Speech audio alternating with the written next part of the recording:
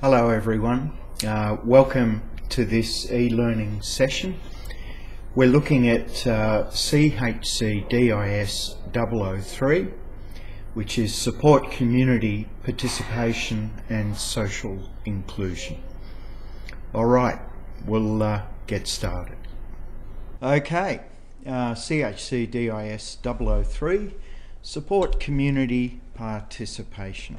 And this is part of Certificate 3, Individual Support. Identify opportunities for community participation and social inclusion. So this is the first element in Certificate 3, Individual Support.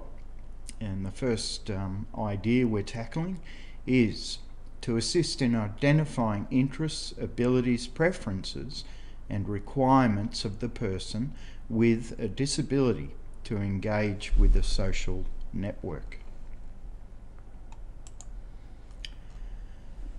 So, people with disabilities may be individuals at any stage of a lifespan.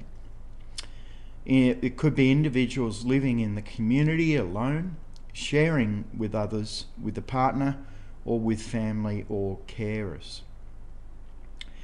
It could be individuals that are living in supported accommodation, or it could be prospective individuals to the service or services.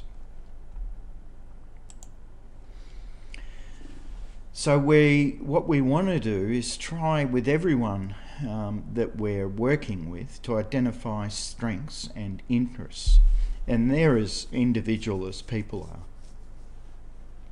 So in order to achieve that, you might ask yourself, what is the client good at? Or what is this individual good at? In other words, their strengths.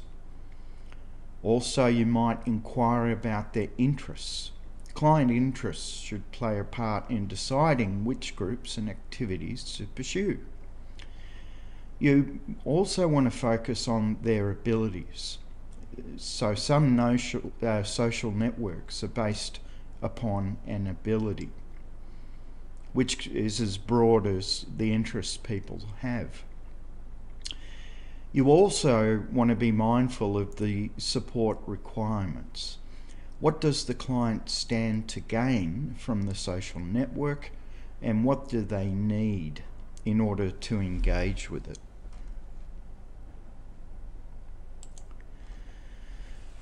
Social networks is a very big part of supporting participation and social inclusion. And social networks could be family groups, support groups, community centres, work groups, direct neighbourhood or the local community, sports and other recreational groups, age-related groups, youth or senior citizens for example, interests and hobby-related clubs. Activity 1A. So if you turn to your workbook, Activity 1A is in that workbook, and if you turn to the learner guide, you need to look at 1.1, which is on page 10 of the learner guide, and essentially that goes through from page 10 to page 14. I suggest that you thoroughly revise that information in the learner guide, and once you've done that, the activity 1A, the first question is, in either workplace simulated scenario, have a conversation with a client about their strengths, interests, preferences, abilities, support requirements. So the idea is that that conversation will allow you to determine some suitable social networks and groups from the information your client supplies. you can suggest some suitable activities and work with them to agree on at least one. Now obviously, viewing this, you're not in a classroom or a learner session. So what I'd like you to do is write a dialogue. In that dialogue, you're interviewing your prospective client or customer. Let's say that your client is a male, 50 years of age, who has Down's syndrome as his primary diagnosis. He's also intellectually moderate. He also has diabetes, and often what comes with that is either a propensity for depression, anxiety, perhaps high blood pressure, and he also has arthritic knees. So we'll call him Fred. So imagine that you're sitting down with Fred, and you need to have a conversation with him that helps you discover what his strengths are, his interests, his preferences, his abilities, and support requirements. So his strengths, for example, could be that Fred has got a wonderful sense of humour, and when he walks into a room full of people, the room really lights up and people enjoy his company. His interests, well, perhaps you could say it's boot scooting, and he loves boot scooting. He's got a special pair of boot scooting boots, and he's very keen to attend classes. His preferences, well, he struggles and is a bit shy sometimes, so he prefers that people aren't too intense about getting to know him. He'd rather ease into it. His abilities, well, it turns out even with his arthritic knees that he's really quite good at boot scooting. In fact, he really enjoys working with a group of people and dancing together to the rhythm and to all the wonderful Western songs. Support requirements. Well, because Fred is diabetic and has blood pressure issues, he may need support with his medication. So you'd need to think about, well, how could we arrange to make sure that his blood sugar levels are monitored correctly, and that insulin is administered by the right person, and that would usually be a registered nurse or someone that's suitably trained. And of course, other support requirements could be that he has arthritic knees, so that would probably mean that we'd need to check in with his GP and get recommendations, perhaps a couple of knee support, special knee support bandages might be recommended by GP. And all of this is so that he can go to the weekly boot scooting class at the local community centre. And one other support requirement may be that he'll need support with getting to the boot scooting class, because it's in the evening, and that means that he needs a bit of support to get there and get back to where he lives. All right, so have a go now at activity 1A.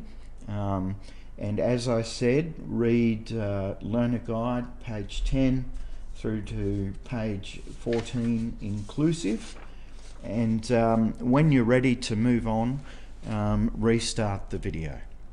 Okay, good stuff. We'll talk soon.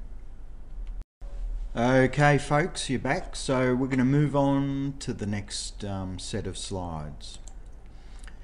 Still on the first element, 1.2 in the learner guide, which starts on page 16 and goes through to page 17 inclusive, and activity 1B in the learner workbook. Okay, provide information on community participation options, networks and services to meet the needs, wants and preferences of the person with a disability. So before you do any research on behalf of the person you're supporting, you need to know exactly what their needs, wants and preferences are. And once you've started to get an understanding of those, you consider other relevant outside issues. Then you do research and build knowledge of the different choices that are available and choose activities that will match your client's needs, wants and preferences. So it's very important, in summary, to spend time understanding exactly what your client likes and wants and what their personal preferences are before you're equipped to do the research or support your client to do the research to engage in the activity that they're looking for. So what info should you provide? Well, once you have an understanding of the kind of things that is of interest to your client, you'd need to research what the activity involves. Then you need to understand the skills that are required for your client to engage in that activity, and the dates and times of activities, if there are any associated costs, the location, accessibility and issues related to it, and relevant information about transport.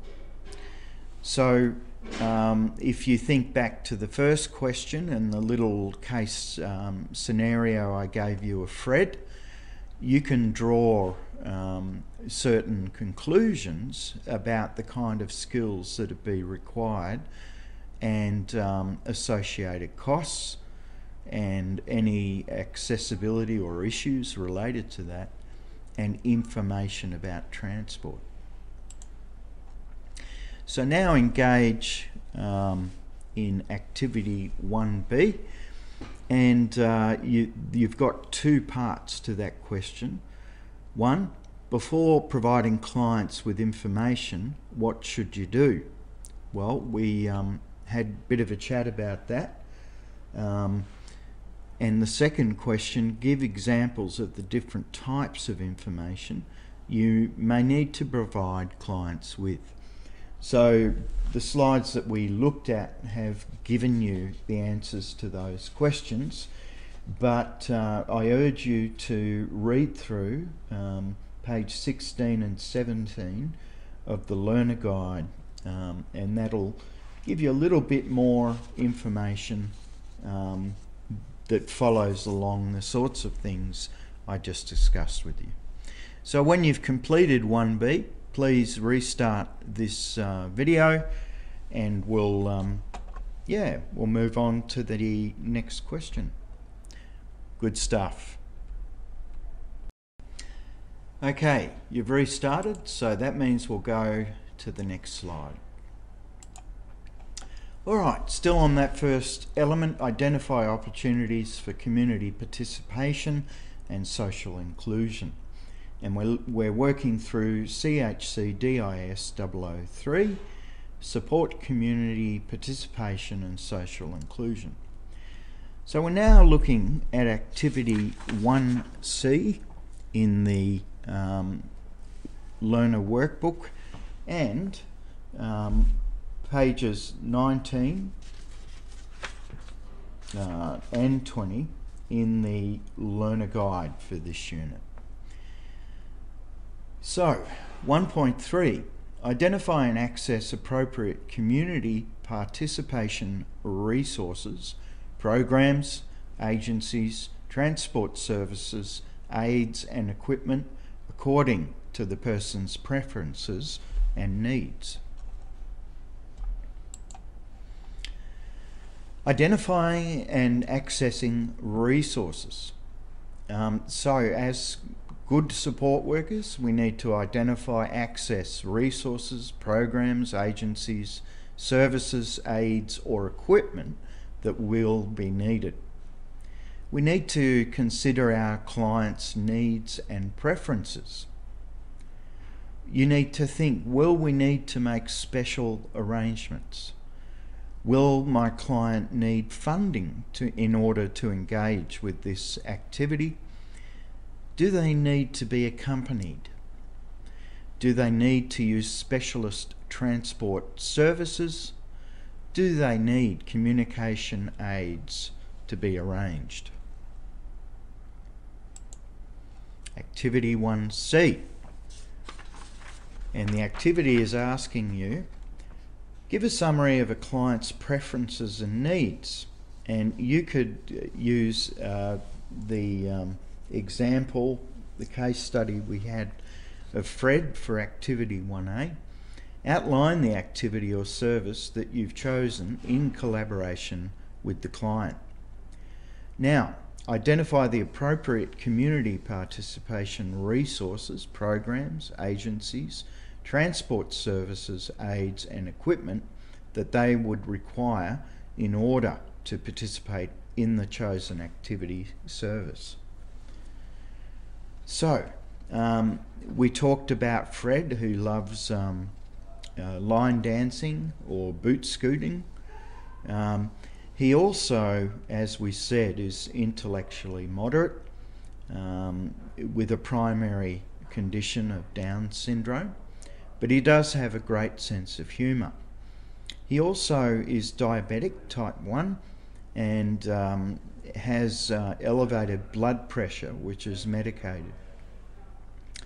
Fred does have a job under disability support for employment in a laundrette, or a laundry rather, and so Fred does have a little bit of his own money. But it could be that we need to support Fred with transport to and from the boot scooting class, which is at the local community centre. So that may mean that it'll be necessary for a support worker to have time with Fred, teaching him how to pay for things and get the right amount of change back. Also, he may need support because he can have a little bit of depression and anxiety, which is not uncommon for people with diabetes, let alone Down syndrome. So he might need a bit of support initially meeting new people from a support worker, and then gradually overcoming his shyness. And that's when he can really shine with his wonderful sense of humour.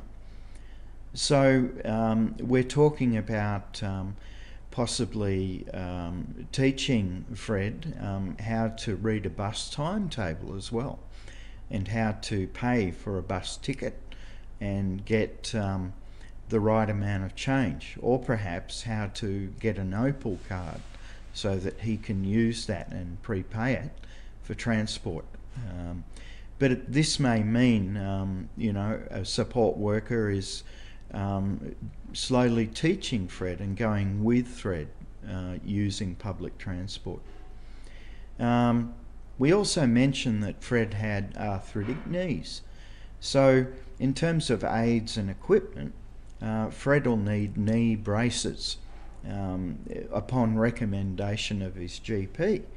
And so we may need to support Fred to go and visit his GP and get medical advice on the best types of knee brace supports, so then we can go to the pharmacist and get those. So I think that gives you enough to tackle activity 1C, and when you've completed that, and also please review the information page 19-20 of the learner guide. When you've done that and completed the activity, please restart the video. Okay, you've hit the go button, so we'll move on. Still in the first element, we're now looking at 1.4 in the learner guide, and that kicks off page 22 and 23 inclusive in the guide, and you're looking at activity 1D in the workbook. Recognise and accommodate the cultural and religious needs of the person you are supporting. So, cultural and religious differences. Well, we need to treat everyone we work with as an individual, and accordingly they may have cultural and religious differences. These should be recognised and accommodated. It's unethical and discriminatory to disregard or refuse to acknowledge a person's cultural or religious beliefs. In fact, it's part of your duty of care under common law to all clients. So, some of the things that you may need to cater to, for example, Asian cultures have a strict guideline about personal space and should not be hugged or touched unless they instigate the move. On the other hand, there are German people that may bang on a table as a greeting to a newcomer, not as a sign of aggression or a demand for attention, but rather it's like, "Oh boy, welcome, I'm glad to see you." Another cultural difference is that Jewish people don't eat pork, and in fact Muslim people don't eat pork either, and that Muslims who adhere to the Islamic faith pray according to a schedule every day. So these are some examples of the kinds of things that we need to cater to when we're about the work of supporting people from diverse backgrounds who have a disability. Okay, so turn to activity 1D in the workbook.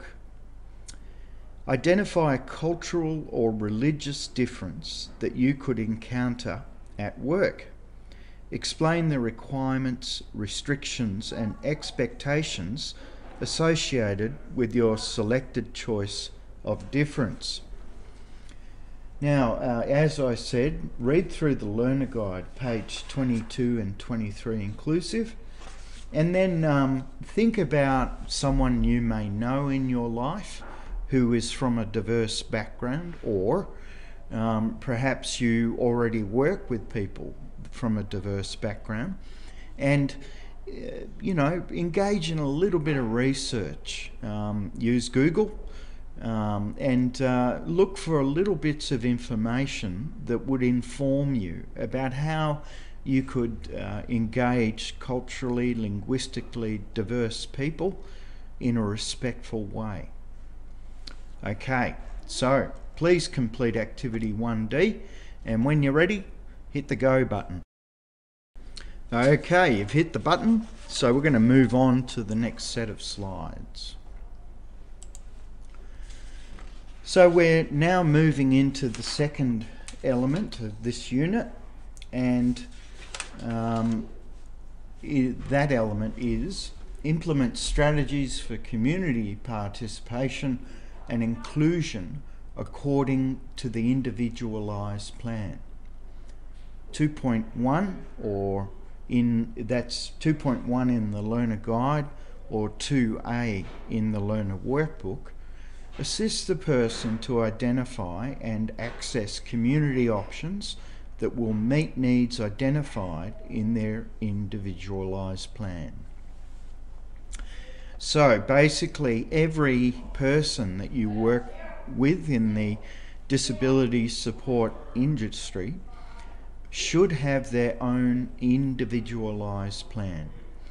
And that plan is informed by their unique characteristics and their unique interests and preferences.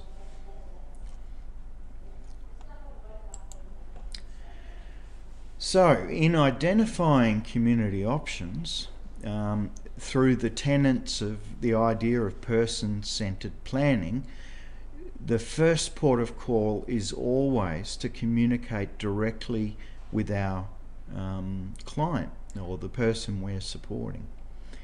So we want to talk through the options with them, and then and those options are based on their preferences and interests and their individual needs and wants. So we research options and we explain each one and what it involves. And then we make sure that we have researched and put together all the information needed to make an informed decision. By including the person you're supporting in making informed decisions, you are helping them feel valued. And also, by giving them options, you'll make them feel in control of their own care, because they actually are. They're able to exercise choice. Activity 2A. So, in the learner guide, you're looking at the information page 26 and 27. Once you've reviewed that, you move to activity 2A in the learner workbook. And it's asking you, in either a workplace or simulated setting, suggest 3 community events that a client could become involved in. Explain how each meets or does not meet their needs and preferences. Ask the client to choose which one they would like to do and explain why this is a good or perhaps bad choice. So I'll ask you to use the character Fred that we've discussed earlier today. And of course, one key option was the idea of joining a line dancing class at the local community. But the overall goal with that is to increase Fred's social inclusion. And by that we mean developing his own friendships and connections in the local community. Perhaps you could think of other ways that Fred could achieve that same thing. And think of 2 other ways that Fred may be able to develop his social and community inclusion with his local community. And then with those 3 options, the first, boot scooting, and the other 2 that you think of, write a little dialogue asking Fred, well, which one would you like to do, Fred? And then explain, if Fred makes that choice, you know, how that can be a good choice and how it can support Fred's desire to make his own friends and be included in the local community. Or alternatively, if there's a suggestion which is not desirable, explain how this decision may be a bad choice. But in the end, of course, it's really up to Fred, provided it doesn't put him at risk or others at risk. Then Fred has the right to make his own decisions. Okay, so please pause the presentation, and when you're ready to move on beyond activity 2A, hit the go button. Okie dokie, we're going to move on. We're still on the second element, but we're now looking at activity 2B in the learner workbook and 2.2 in the learner guide. 2.2, support the person to access opportunities to establish connections through shared interests. There's an old saying, birds of a feather flock together, and if we share interests with people, then we're more likely to develop rapport with them. So, how can we promote this process of meeting other people? Well, we want the people we're supporting to have the opportunity to meet others. It could be that there's a shared interest with these people, and through that they can develop their own relationships. Friendships can make community activities more interesting and appealing, and can often extend outside of the initial activity. So it's important to encourage the people we're supporting to attend activities with a positive and friendly attitude. So in the case of our case study, Fred, it could be that attending boot scooting classes on a Thursday evening at the local community centre will lead to other relationships that may be inclusive of activities outside of that group. And that means that Fred is really on the road to achieving his goal of greater community engagement. Activity 2B. So if you turn to page 30 of the learner guide, and just page 30's information there for you to review. And the activity itself suggests 3 ways in which you could assist clients with establishing connections with others. So we've talked about common interest. So think about other ways, 2 other ways, so that you could help position the person you're supporting to establish better connections with other people. Think about the sorts of things that all of us might do on a weekly basis to be connected, with the community that we live in. All right, have a go at activity 2B now. Pause this presentation. When you're ready, hit the go button again. Okay, so you're back. We're going to move on. Still the second element for this unit, CHCDIS003, which is titled Support Community Participation and Social Inclusion. We're focusing on 2.3, which is located on page 32 and 34. 32 and 33 of the learner guide, and we're looking at activity 2C, which is in the learner workbook. Seek feedback from the person with disability, family, carers, relevant others, colleagues, supervisor, to ensure that the support continues to meet the current and changing needs and preferences of the person. So we've done our research with our with the person that we're supporting, and we've, with that person and in fact other stakeholders, developed a number of goals in their individual plan, and now we need to get feedback, and this is a crucial part of a support worker's role. We have to make sure that the notes, progress notes, that the case plan is a living document, and by that it needs to be up to date, and the way that we do that is to continually get feedback from everyone that is directly involved with our client.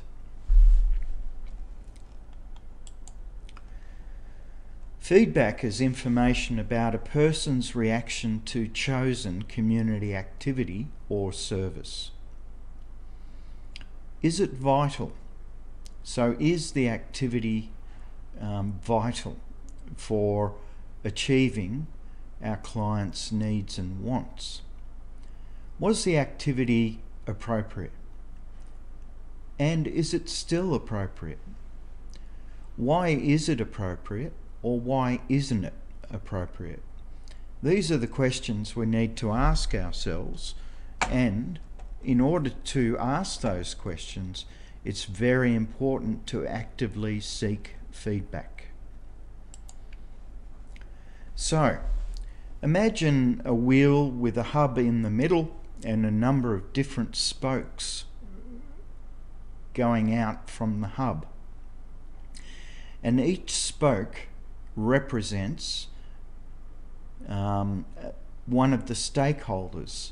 Your client is the hub, family members are one of the spokes, their friends, their carers, relevant others, colleagues, your supervisor, and indeed a combination of the above. So all of these people that orbit the client you are working with, they're the people, including the client, that we go to make sure that this activity is still relevant and still of interest to your client. Activity 2C. You have been given the task to seek feedback from your client. Outline how you would approach this task, what topics would you cover, and what questions would you ask. So imagine that you are you're being supported by a worker. What sort of questions would you need to be asked in order to share the information about whether the activity is still something you're interested in and enjoy doing? And then couch that in a way, the questions that is, that perhaps Fred, our client with Down syndrome, could understand. Also talk about the types of techniques that you might use in that process. So obviously you'd need to make time to listen carefully to what Fred had to say. You might cater for any hearing, visual or communication issues that Fred may have. You'd want to research and ask questions of Fred that he understands and that he's clear about. If Fred comes from a culturally or linguistically diverse background, you may need to use a interpreter to make sure that you're clearly understanding what he's got to say. And the way you speak to Fred would probably be to use plain language and not to use industry jargon. We empathise with what we're being told. Fred may say, and as we've mentioned, he may have propensity for depression, anxiety. He might feel a bit shy initially when he's meeting people, but perhaps now that the group have been very supportive of him, they've given him time to come out of his shell, and he's feeling like he's getting to understand the people around him a lot better. So please complete activity 2C, and when you're ready to move on, hit the go-go. Okay, so you're back, so we'll move on. Still on the second element, focusing on activity 2D, and in the learner guide that's 2.4. So in the guide that information is on page 35. Ensure strategies for community participation and social inclusion are regularly reviewed with the person, your supervisor, to enable positive outcomes. So the fact is that if you're alive, it means that you're in a constant state of change. Things that don't change are inanimate or even dead. So if you're working with people, it follows that a person's individual support plan or their person-centered plan needs to be able to change and adapt as people change and adapt. So the strategies for review regularly with a client and supervisors is to review the information you have. Is the thing we're doing working? Why is or isn't it working? What are the needs of our clients that's changing? Have your clients' needs and preferences changed, or are they the same? It's very important as a high standard support worker that you always ask yourself, is the information we have up to date? So you can check that by reviewing the date of progress notes compared to the day that you're looking at it.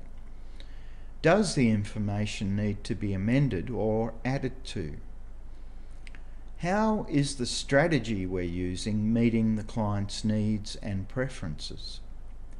In what ways is the strategy failing to meet the client's needs and preferences? What needs to happen in order to ensure strategy meets clients' needs and preferences? So by understanding what has changed for my client, then you can start to understand the question, is this strategy meeting my client's needs and preferences? And of course, you will always ask your client directly. Activity 2D.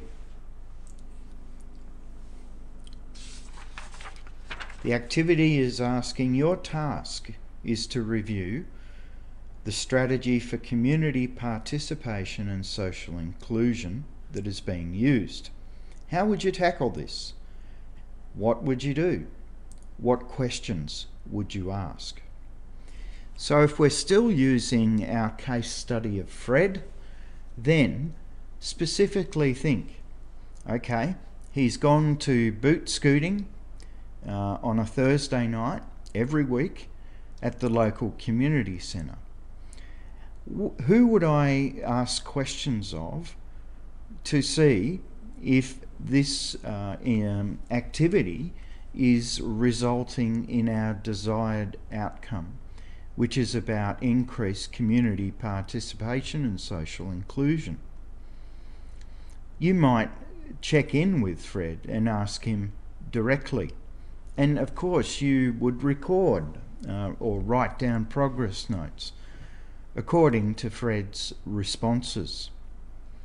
You might talk to other support staff that work with Fred or consult their progress notes, because Fred may have made comments about how he's enjoying that activity and if he's meeting new people. And perhaps think of 3 questions that you might directly ask Fred about how he feels about the boot scooting class, if he's still enjoying it. We did mention that Fred had arthritic knees. You did go about inquiring about knee supports with the GP. Why not check in with Fred to see, how are his knees holding up? If you've noticed over a period that Fred seems less and less interested in going to the boot scooting class, perhaps one of the reasons is that his knees are starting to hurt a bit too much from the activity. So in order to resolve that problem, I wonder who you might consult to get a solution that would mean that Fred, if he wants to, could continue at boot scooting class, or perhaps he may need to engage in another activity that could promote the same community participation and social inclusion. So perhaps you might record a conversation like that with Fred, and then with Fred decide on a new course of action that would promote that overarching goal. Okay, so please complete activity 2D, and when you're ready, hit the go button. Okay, let's move on. Still on the second element of this unit, we're now looking at 2E in the workbook and 2.5 in the learner guide. So that's page 37 on the learner guide and activity 2E in the workbook. And that focuses on monitoring level of engagement in consultation with supervisor. So in order to monitor the level of engagement, the process involves asking many questions. For example, to what level are they getting involved? It's important as a support worker that you do this process in consultation with your supervisor. It may mean that you meet and discuss thoughts and opinions. You may pick up on something that either your supervisor or the client has missed. By doing this, you can ensure your client's engagement is benefiting them in every way possible. Activity 2E.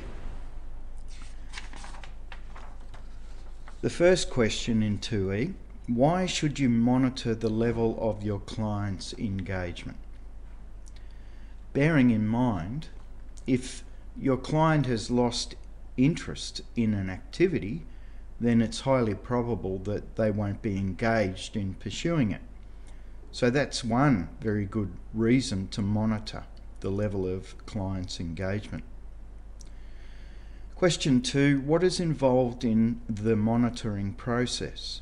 Well, I've mentioned progress notes, and usually support workers have to complete them after every shift with a particular client. Sometimes they may be called records of conversations. And this is a way for you to record what your client is offering by way of feedback about the things that you do with them when you're working with them. And then it's important to discuss with a supervisor how you would monitor a client's level of engagement. So imagine someone is asking you, do you enjoy doing this particular activity? What sort of questions would you, as someone supporting you, ask? Perhaps something like, do you still enjoy doing whatever the activity is? Are you having fun doing whatever the activity is? Are you looking forward to going to your activity next week? Another question might be, what was your favourite thing you did while you were at your activity?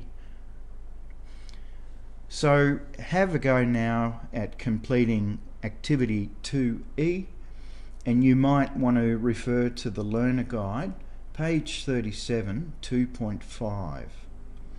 Have a good read through that, complete the question, and then hit the restart. Okay, let's move on. We're now in the third element of this unit, which is CHCDIS003, Support Community Participation and Social Inclusion. So this third element is identify, address and monitor barriers to community participation and social inclusion. So we're looking at the first section in the third element. 3.1 in the learner guide, or 3A in the learner workbook. 3.1, recognise physical, skill and other barriers to community participation and social inclusion. So like so many things in life, it's about problem solving. So quite often the people we support in disability support work will have a number of barriers that are presenting themselves as we seek to support our client to communicate in their community and to be socially included. Barriers. And they can be circumstance or obstacles that prevents or hinders community participation and social inclusion. Some examples: there may be physical barriers, and they could be curbs, steps, narrow corridors, particularly for someone that, say, is in a wheelchair. There could be barriers that are skill related. For example, a client may be unfamiliar with the new technology, or the client may feel shy and need support to find ways to connect with people and feel confident doing that. There may be other examples of barriers. These could be attitudes held by the community. Sometimes people's prejudice can create a barrier to participation. And a lot of these barriers are often born out of a lack of information and knowledge. Or perhaps the person you're supporting has their own held attitudes. It's difficult for them to feel like it's worth making the effort to be accepted. Or maybe they have their own set of beliefs and judgments that can exclude them from meeting other people. So they're just a few examples of the sorts of barriers that one may face as a support worker. So turn your attention to activity 3A, and also turn to 3.1 in the learner guide, and you can find that page 40 and read through to page 44 inclusive. And I think you'll find there's a great deal of information there that will assist you to complete activity 3A. The first question in activity 3A, what are barriers? The second question, give examples of different barriers to community participation and social inclusion that your client may face. So I think you'll find that there's a wealth of information for you in the learner guide, so make sure you read through that. When you've completed activity 3A, please hit the resume button. Okie dokie, let's move on. So we're on the third element of this unit, and now we're looking at activity 3B, or that's called 3.2 in the learner guide, and that information starts in the learner guide on page 46.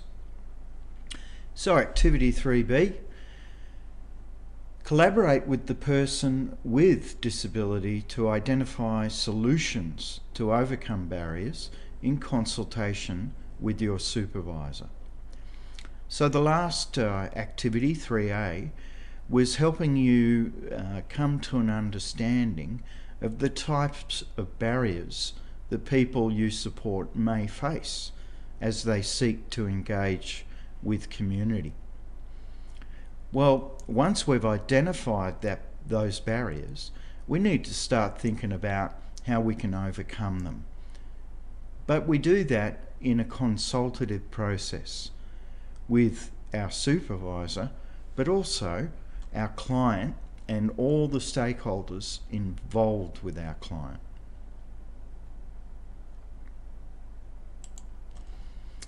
We're also looking at 3.3, and that information is also on page 46 onwards of the learner guide. And that is, support the person to implement strategies to address barriers to community participation according to their individualised plan. Overcoming barriers. Well, here's a few ways that you might overcome barriers. Installing a ramp to eliminate the problem of steps. So this is particularly useful for clients that require the use of a wheelchair. In fact, I believe there are government grants for businesses who can be granted sufficient funds to install ramps at their venues. So that might be worth researching a bit. Another barrier is to teach clients the basic skills they need to participate in the community. So if you think carefully about the kinds of skills that any of us use every day in engaging in our local community, it doesn't take long to figure out that there's quite a number of skill sets. For example, knowing how to handle money, knowing how to have conversations with people and engage with people that we meet, understanding the sorts of things that most of us know about people's personal space and appropriate behaviour, and avoiding unnecessary conflict. All these sorts of skills that we may take for granted, we may need to teach to the people we work with, or maybe not. And also, we have a role as support workers in the disability industry to inform other people about disability so that we can overcome the community's attitude issues. So traditionally, and it's changed in the last few decades, but before that, people who had disabilities tended to be kept separate from our community. Well, fortunately, in Australia, those days are passing. But a part of that transformation is about helping the community understand the issues and the reality that the people we support live every day. Activity 3B. This activity is asking you to give 3 examples of barriers that may be faced by clients and outline the solutions that you would propose. How would you then support them to implement these solutions? So think about your role as an information gatherer, a researcher, and an advocate. How can you employ those skills to support the greater inclusion of your client as they seek to engage with their local community? So please complete activity 3B now and hit the go when you're ready to move on. Alrighty then, let's move on. We're now looking at information available in page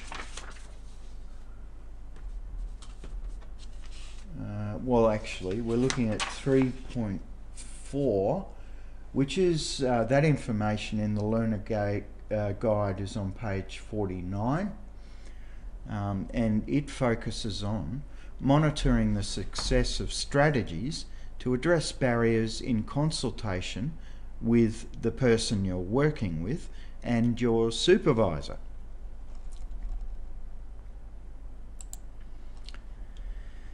So every disability support agency has its own documents and processes to record and monitor the following ideas. So, but it is important for you as the support worker to make yourself very familiar with the tools that your agency has developed for you to deliver on monitoring success of strategies. The kinds of questions that you might ask when you're doing that monitoring process is, have you achieved what you set out to achieve? And that is the goal. Is that goal being achieved? If you did identify a barrier, were you successful with the person you're supporting in overcoming that barrier? What you put into place to overcome the barrier, will it be a solution that is long-term? Is your client satisfied with the process to overcome that barrier? And is there something else that needs to be done to further overcome presenting barriers? So they're the kind of questions that you'd be asking yourself, discussing with your supervisor and the person you're supporting. Activity 3C. So please turn to that activity in the workbook. And the activity, how could you monitor the success of strategies to address barriers in consultation with client and supervisor? So you've just had a couple of slides that have advised you about the kinds of questions you'd need to ask yourself. And those ideas are also reflected in the Learner Guide 3.4 on page 49. And then you need to write an example dialogue between you, the worker, your client, and your supervisor, outlining topics discussed and questions asked.